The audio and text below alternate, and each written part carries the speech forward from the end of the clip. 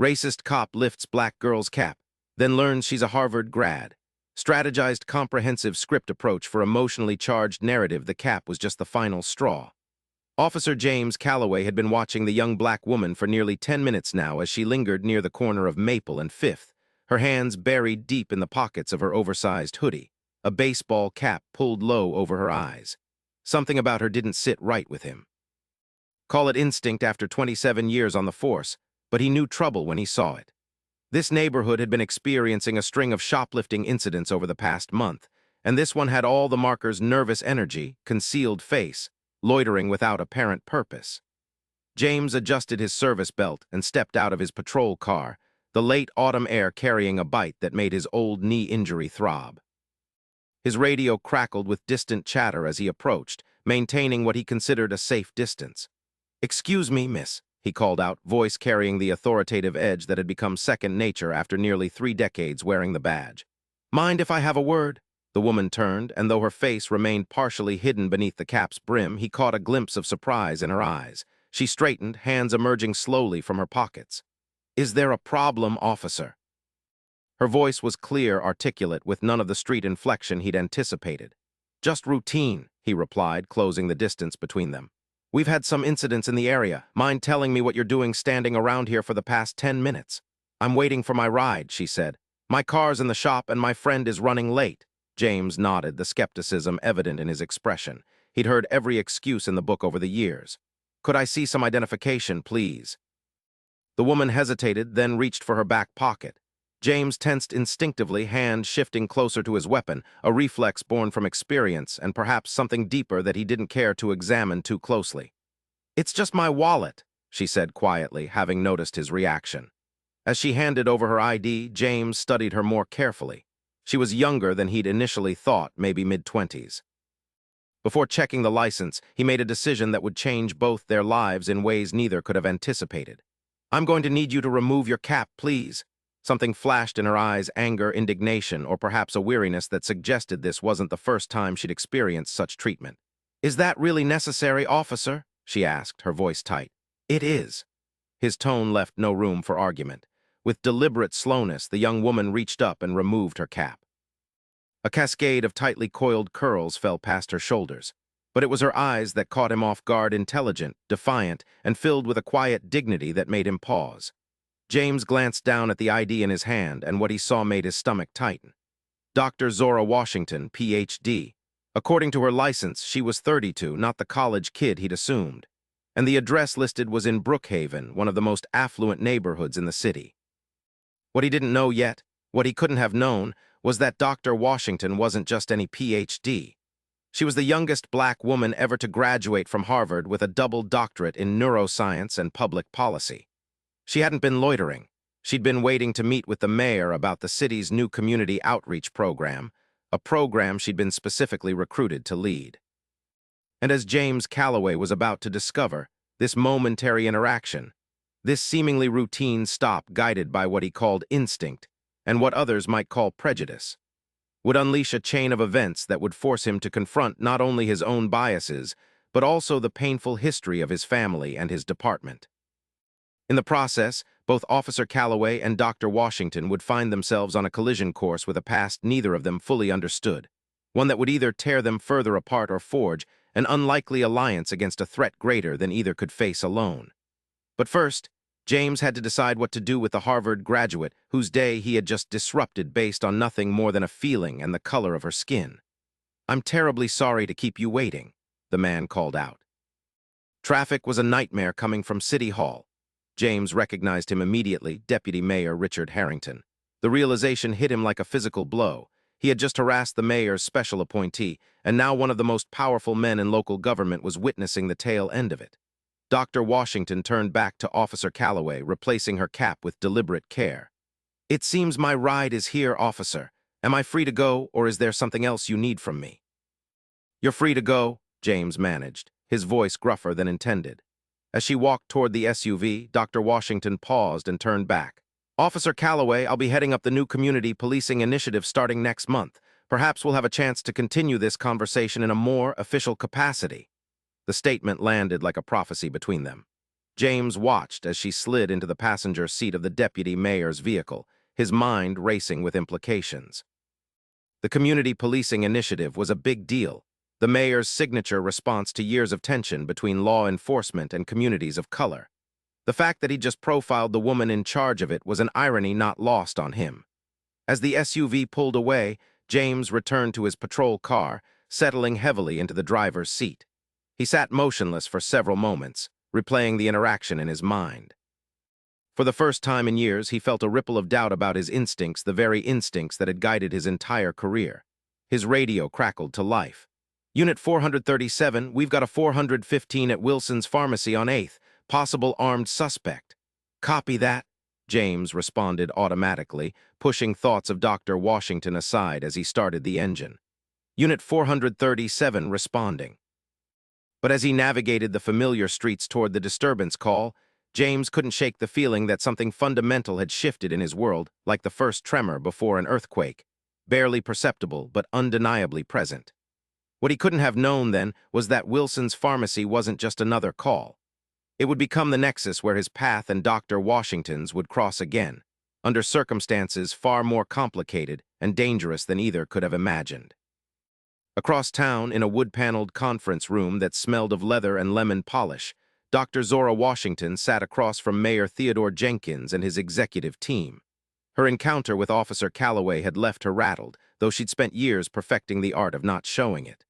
"I apologize again for the delay in picking you up," Deputy Mayor Harrington was saying, "though it seems you had some local interaction while waiting." Mayor Jenkins, a silver-haired man whose folksy demeanor belied his shrewd political mind, leaned forward. "Problem with one of our officers?" Zora considered her response carefully.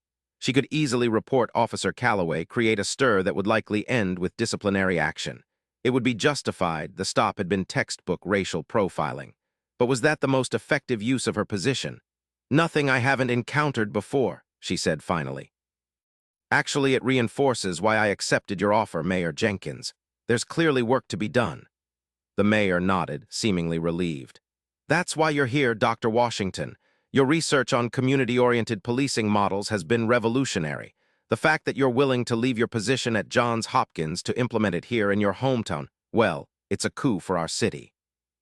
What the mayor didn't know, what almost no one knew, was that Zora's decision to return hadn't been entirely professional.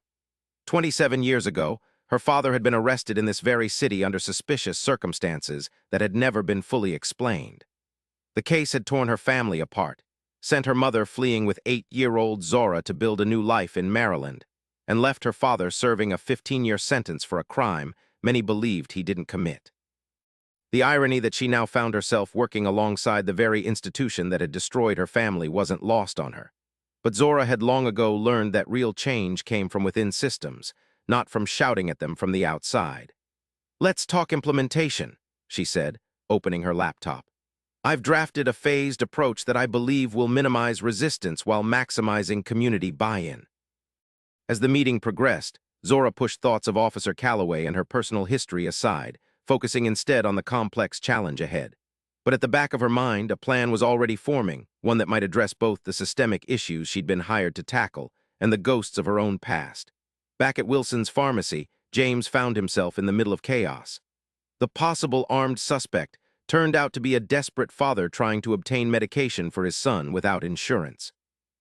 The situation had escalated when the pharmacist had called the police, and by the time James arrived, the man Marcus Jones, according to his ID, was frantic, waving a prescription paper as if it were a weapon. "My boy needs this medicine," Jones was shouting, his voice breaking. "He can't breathe right without it. You think I want to be here begging?" James took in the situation with the practiced eye of a veteran officer. Jones was no criminal. He was a father at his breaking point. Pharmacy staff huddled behind the counter, clearly frightened but also uncertain about how to resolve the standoff. "Sir," James said, keeping his voice calm but authoritative, "I need you to lower your voice and talk to me. Let's figure this out together." Something in his tone reached Jones, who turned to face him with eyes red from exhaustion or tears or both. "My son has asthma, severe. His inhaler is empty and they're saying it'll cost $387 without insurance. I don't have it. I just don't have it." James felt a stab of recognition. His own grandson, Dylan, had been diagnosed with asthma last year. The memory of the boy's frightened face during an attack was still vivid. "What's your son's name?" James asked, a deviation from standard protocol for de-escalation. The question seemed to surprise Jones. "Elijah," he answered after a moment. "He's 7. James nodded, making a decision that wasn't in any training manual. He turned to the pharmacist. "Fill the prescription," he said. "I'll cover it." The stunned silence that followed was broken by the pharmacist's hesitant voice. "Officer, we can't just—" "I said I'll pay for it," James interrupted. "Now please fill the prescription so this man can get back to his son." As the pharmacist reluctantly complied, James turned back to Jones. "Sir, I'm going to need you to wait calmly while they prepare your son's medication. Can you do that?" Jones nodded, visible relief washing over his features. "Yes, sir." "Thank you, thank you." James led him to a waiting area away from the nervous staff. "I understand the desperation," he said quietly, "but causing a scene like this, it could have ended very differently." "You think I don't know that?" Jones replied, his voice equally low. "Being a black man raising hell in a pharmacy, I know exactly how this could have gone, but when it's your child who can't breathe." He trailed off, the implication clear. The interaction left James unsettled. In the span of a single shift, he'd experienced 2 encounters that had forced him to see beyond his initial assumptions, first with Dr. Washington and now with Marcus Jones. It wasn't a comfortable feeling for a man who'd built his career on swift assessments and decisive action. When the prescription was ready, James paid as promised, waving away Jones's attempts to get his information to repay him. "Just get that medicine to your boy," he said. "And maybe look into the city's healthcare assistance program. They might be able to help with the insurance situation." As he watched Jones leave, prescription clutched like a lifeline, James couldn't help but wonder how many other situations he'd misjudged over the years. How many people he'd seen through the narrow lens of threat assessment, rather than as human beings caught in difficult circumstances. The thought stayed with him as he finished his shift and drove home to the small suburban house he'd shared with his wife, Margaret, until her death 3 years ago from breast cancer. The house still bore the touches of her presence, floral curtains she'd sewn herself, family photos arranged just so, the collection of ceramic birds she'd started in 1982 with a blue jay he'd bought her for their first anniversary. If you're finding this story meaningful, we'd love for you to subscribe to our channel and join our community. Where are you watching from today? Let us know in the comments below. James settled into his worn recliner, a relic from the early 90s that Margaret had repeatedly tried to replace. He reached for the remote, intending to lose himself in the baseball game, but instead found his thoughts returning to Dr. Washington. There had been something familiar about her that he couldn't quite place, something beyond the immediate interaction that nagged at his memory. He pulled out his phone and did something he rarely did. He searched for her name. The results were immediate and impressive. Dr. Zora Washington was indeed a double PhD from Harvard, with a list of publications and accomplishments that made James feel both impressed and somehow diminished. Her work focused on community police relations, with particular emphasis on how implicit bias affected policing outcomes. The irony wasn't lost on him. He had profiled an expert on police profiling, but it was a photo from a recent academic conference that caught his attention, specifically the man standing beside Dr. Washington, identified as her mentor, Dr. William Jackson. James stared at the image, a cold realization washing over him. He knew that face. It was older now, grayer, but unmistakable. William Jackson had been William Washington before his release from prison 20 years ago, and James Calloway had been the officer who'd arrested him.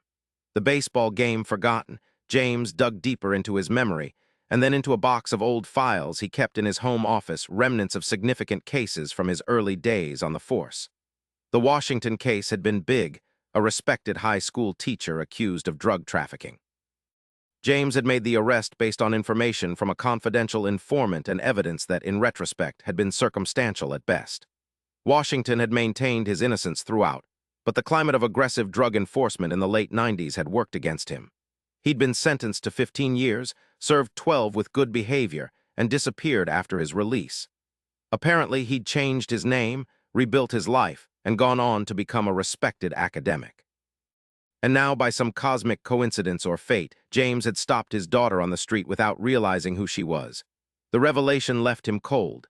Did she know? Had she recognized his name? Was her appearance in this city, working on police reform no less, connected to her father's case? James's contemplation was interrupted by the ringing of his phone. The caller ID showed his son Michael's number. "Dad," Michael's voice was tight with worry. "It's Dylan. His asthma's acting up bad, and we're at Memorial Hospital. Can you come?" "On my way," James replied, already reaching for his keys, thoughts of Dr. Washington temporarily pushed aside by concern for his grandson.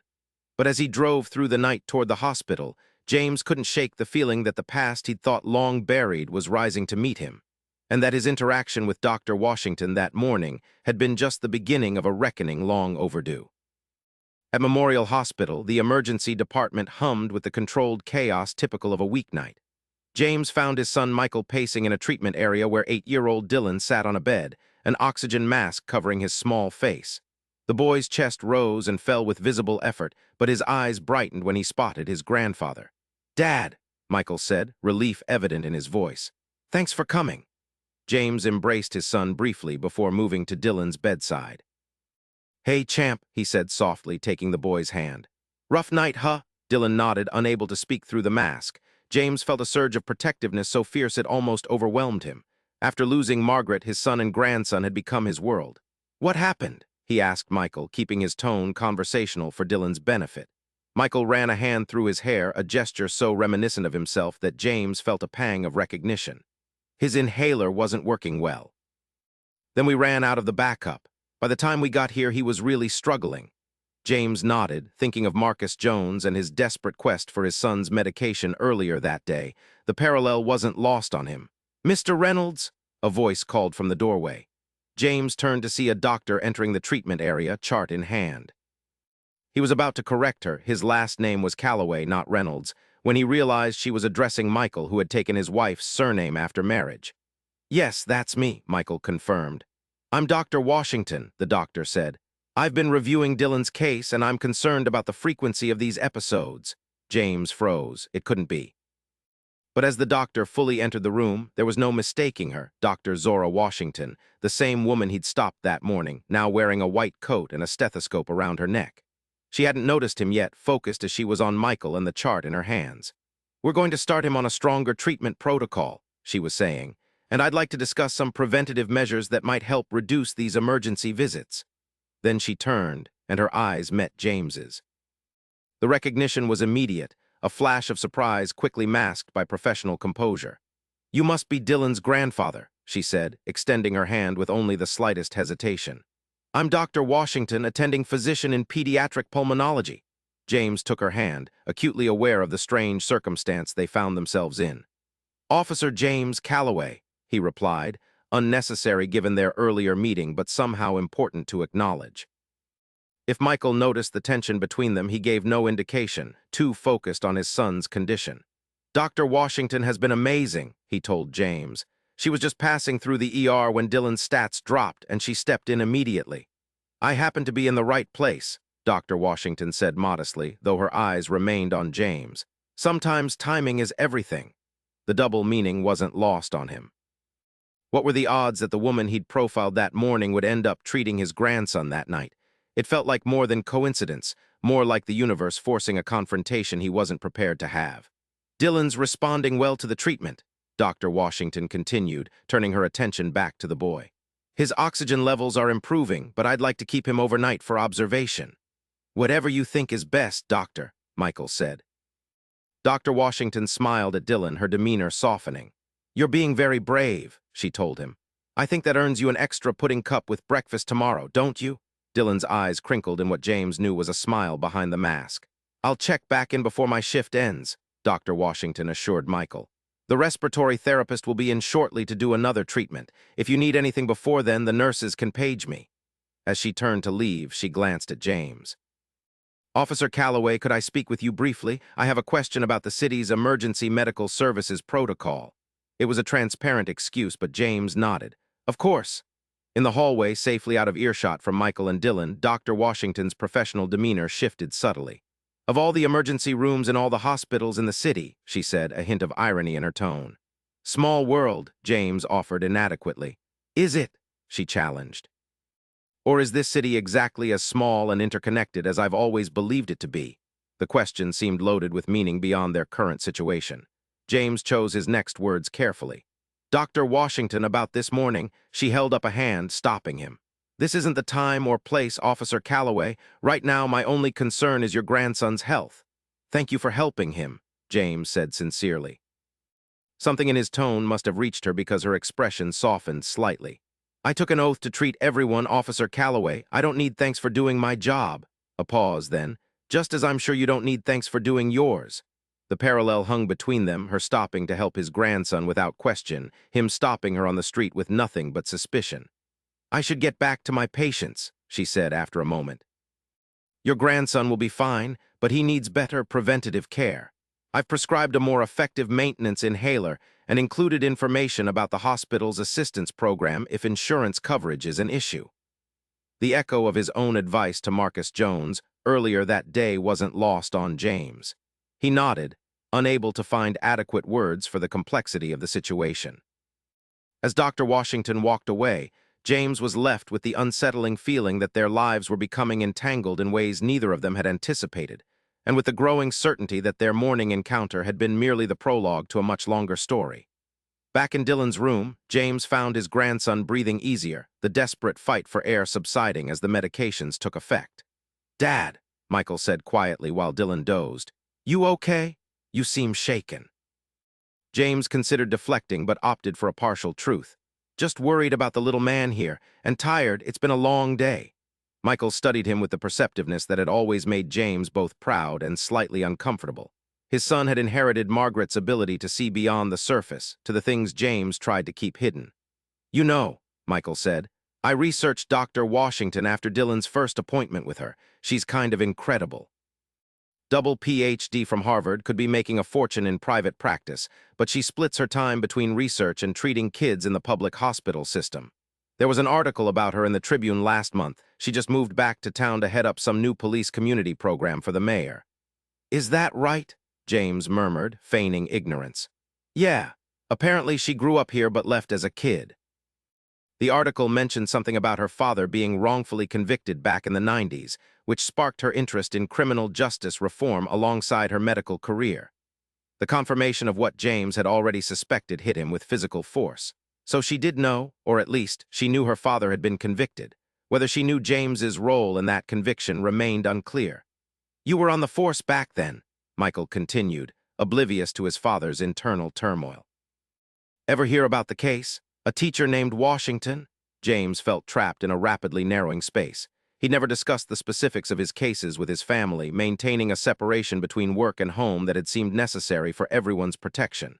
But now, with his grandson under the care of William Washington's daughter, those carefully maintained boundaries were collapsing.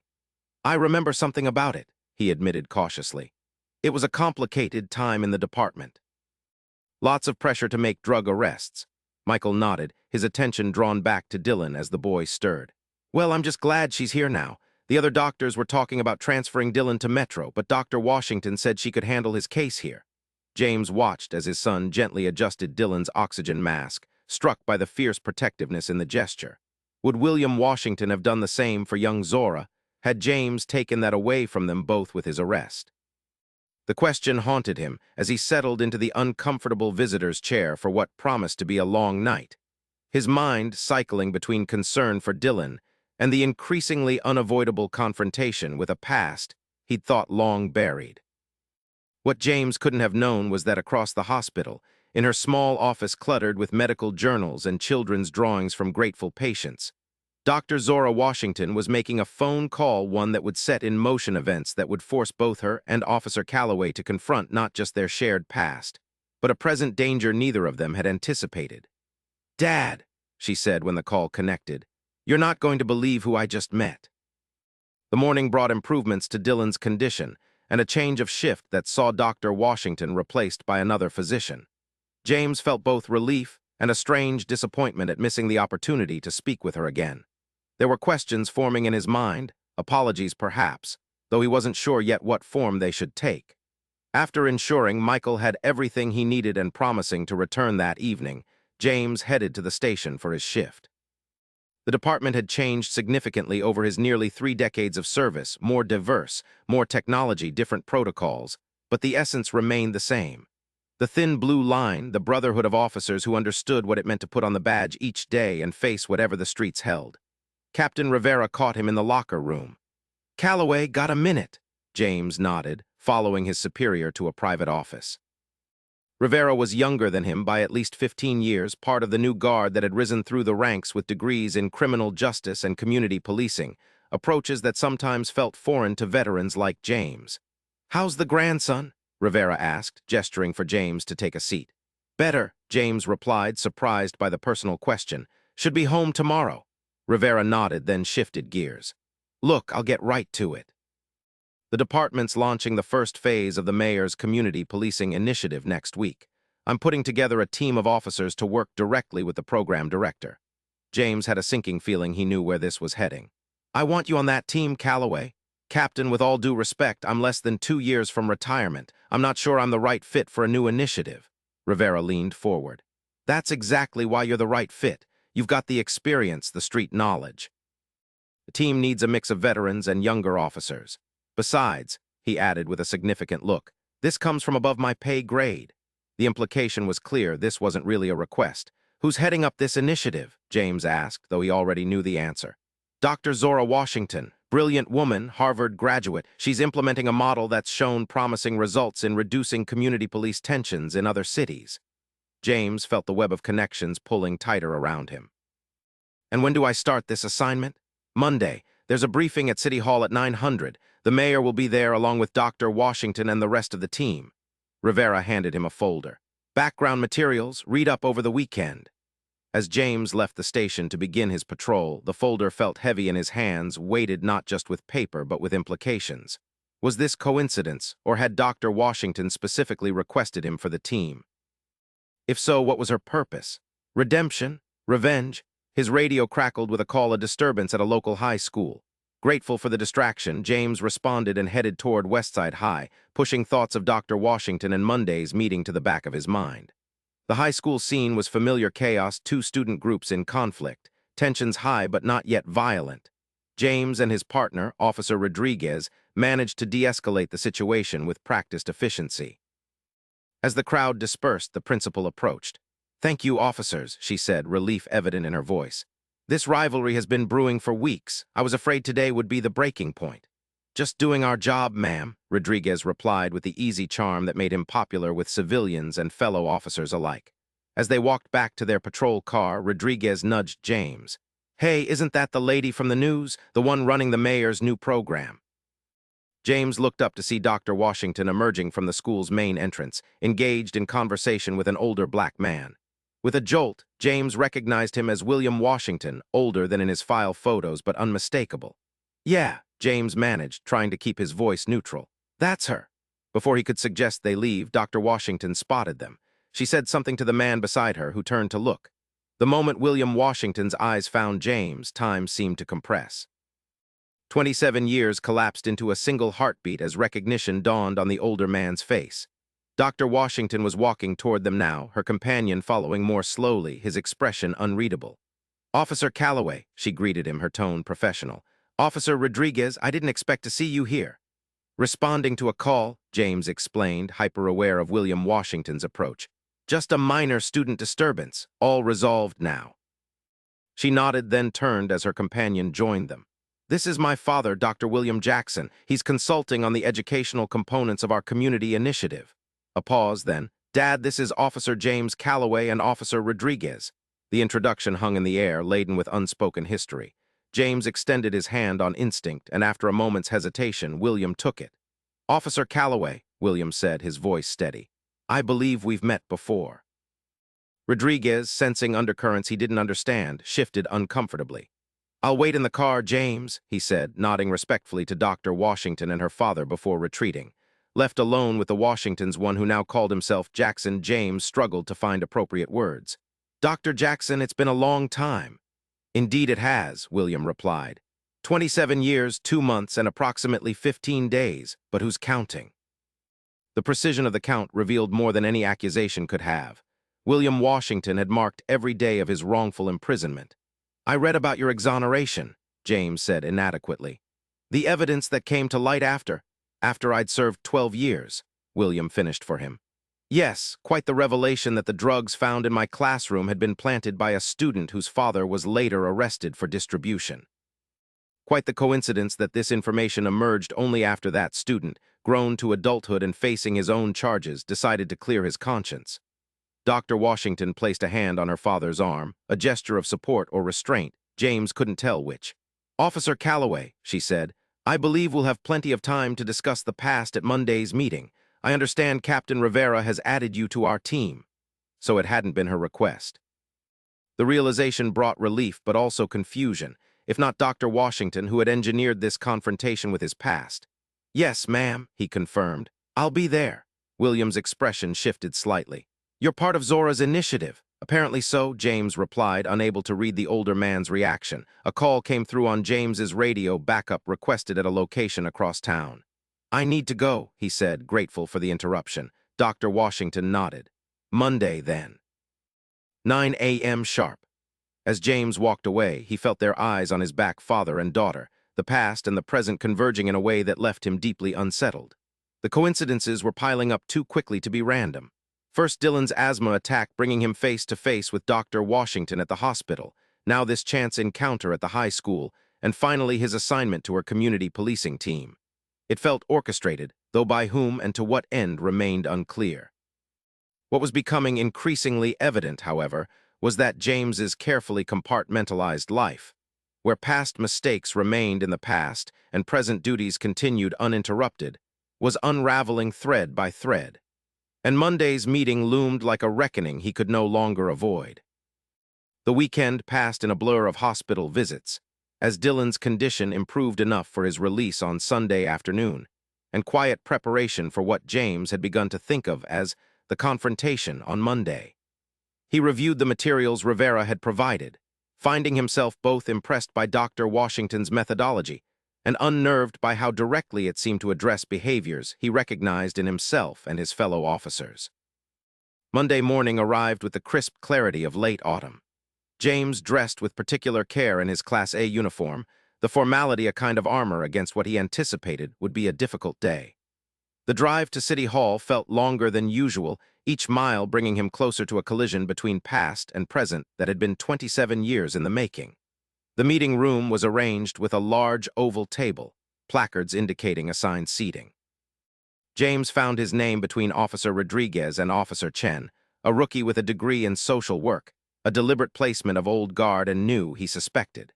Across the table, 3 empty chairs awaited the mayor, Dr. Washington, and presumably Dr. Jackson.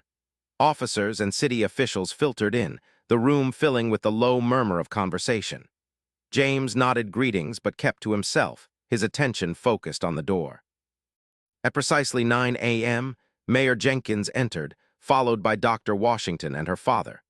The room rose in respect, and James found himself face to face with William Washington for the second time in 3 days. The meeting began with formal introductions and an overview of the initiative from the mayor, who then turned the floor over to Dr. Washington. She presented with confidence and clarity, outlining a program that would embed officers in community settings, provide new training on bias recognition, and create civilian oversight with actual authority. "This isn't about blame," she emphasized, her gaze sweeping the room but lingering briefly on James.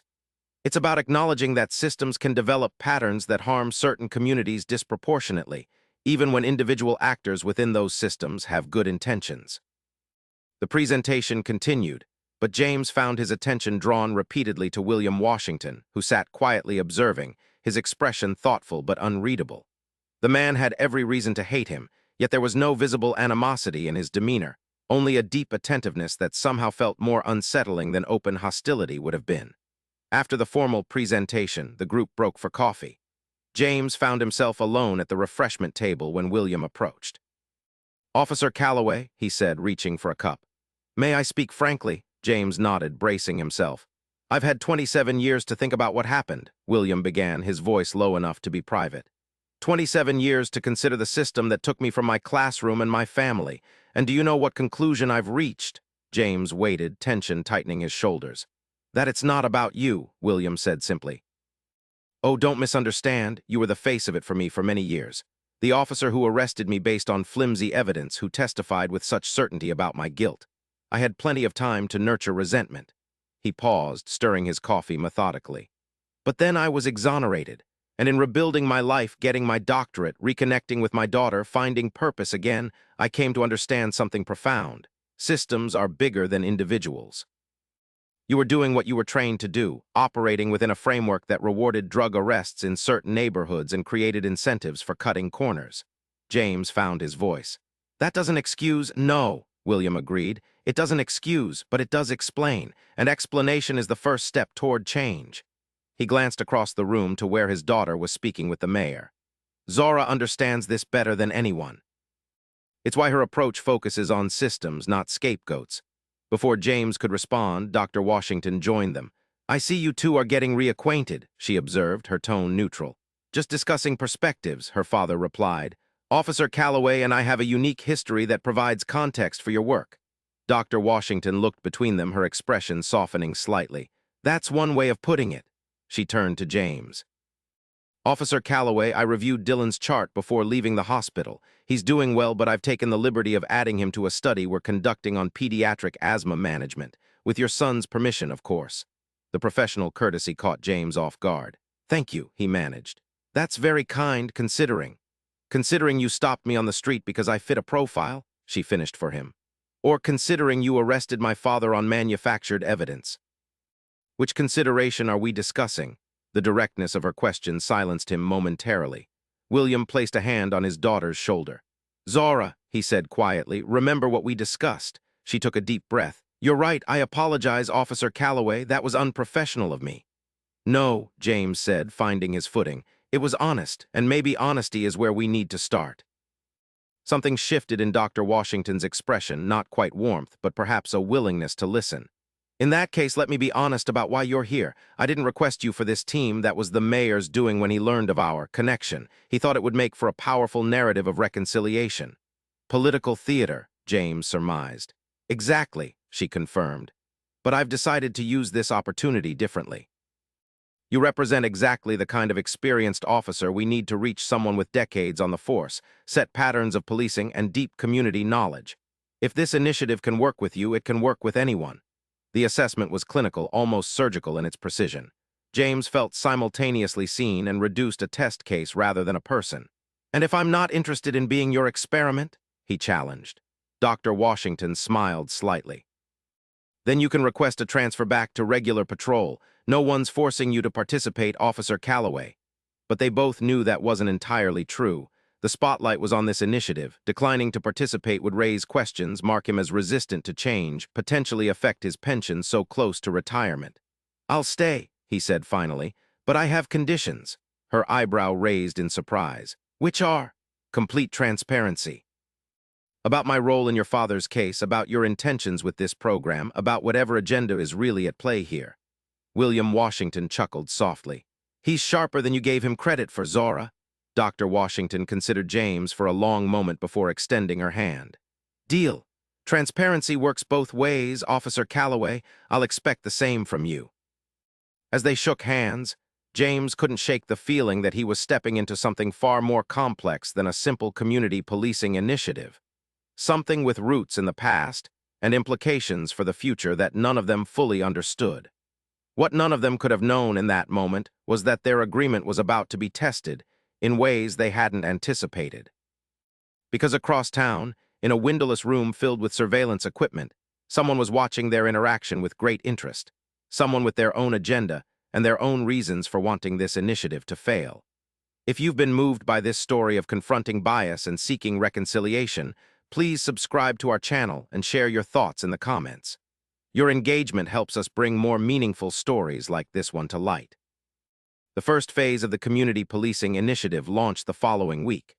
James found himself assigned to shadow Dr. Washington as she conducted outreach in neighborhoods with historically tense police relations. The irony of the officer who had profiled her now serving as her security detail wasn't lost on either of them. You realize how this looks, James commented as they walked through Riverside Gardens, a public housing development where residents regarded his uniform with undisguised suspicion. That's precisely the point, Dr. Washington replied. Every interaction is an opportunity to shift perceptions, theirs and yours. Their working relationship remained professional but cool, the weight of their shared history creating a distance that neither seemed able to bridge. William Washington occasionally joined them for community meetings, his presence a silent reminder of the consequences of systemic failures. It was during one such meeting at the Riverside Gardens Community Center that the first hint of trouble emerged. Dr. Washington was mid-presentation when a young man rose from the back of the room. "How are we supposed to trust any of this?" he called out, his voice carrying over the murmur of the crowd. "You're up there talking about change while standing next to the same cops who have been harassing us for years." Dr. Washington handled the interruption with practiced calm. "That's a fair question, Marcus. Change doesn't happen overnight and trust has to be earned. That's why Officer Calloway is here, not just to provide security, but to be part of the conversation, to listen and learn." James recognized the young man with a start, Marcus Jones, the father he'd helped at the pharmacy. Their eyes met across the room, recognition flickering between them. "Officer Calloway," Dr. Washington continued, "would you like to address Marcus's concern?" Put on the spot, James stepped forward. "I've been on the force for almost 30 years, he began, feeling his way through unfamiliar territory. "I've seen approaches change, training evolve, but what hasn't changed enough is the relationship between officers and the communities we serve." He paused, aware of all eyes on him. "I can't speak for every officer, and I won't pretend I've always gotten it right, but I'm here because I believe we can do better." Marcus Jones studied him, then nodded slightly, an acknowledgement, not quite acceptance. "You helped me get my son's medicine," he said, the statement hanging in the air like a challenge and a concession all at once. A murmur went through the crowd. This wasn't in the script, wasn't part of the carefully orchestrated community engagement Dr. Washington had planned. "I did what anyone should have,"